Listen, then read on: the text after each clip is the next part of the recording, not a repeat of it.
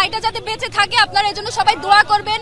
এবং আমি এবং জাবের ভাই ছাড়া ইনকিলাব মঞ্চের হয়ে অন্য কারো কথা ইনকিলাব মঞ্চের স্টেটমেন্ট হিসেবে প্রচার করবেন না। এবং আমরা এখনো পর্যন্ত জানি না যেটা কে করেছে, আমরা কাউকেই সন্দেহের বাইরে রাখছি না।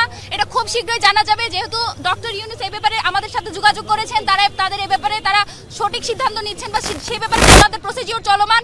আমরা সেটা আগামী 24 ঘন্টা তাদেরকে টাইম দিয়েছি, 24 ঘন্টার মধ্যে তারা আমাদেরকে জানাবে। আমাদের ভাই, আমরা এখন শুধু এটুকু আশাবাদী, যেহেতু আমাদের ওসমান ভাই একেবারে জিরো থেকে একেবারে কার্ডিয়াক অ্যারেস্ট থেকে আল্লাহ তাকে আমাদের কাছে তার জীবনটা দান করেছেন, আমরা আশাবাদী যে তাকে সুস্থভাবে আমাদের কাছে ফিরিয়ে দিবেন। এখনো পর্যন্ত তিনি আশঙ্কা মুক্ত নন।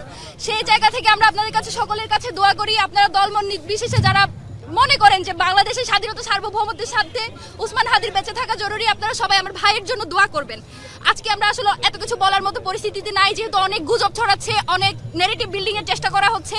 আমরা মনে করেছি এগুলো আপনাদের কাছে ক্লিয়ার করা জরুরি, সেজন্য আমরা আপনাদের সামনে এসেছি।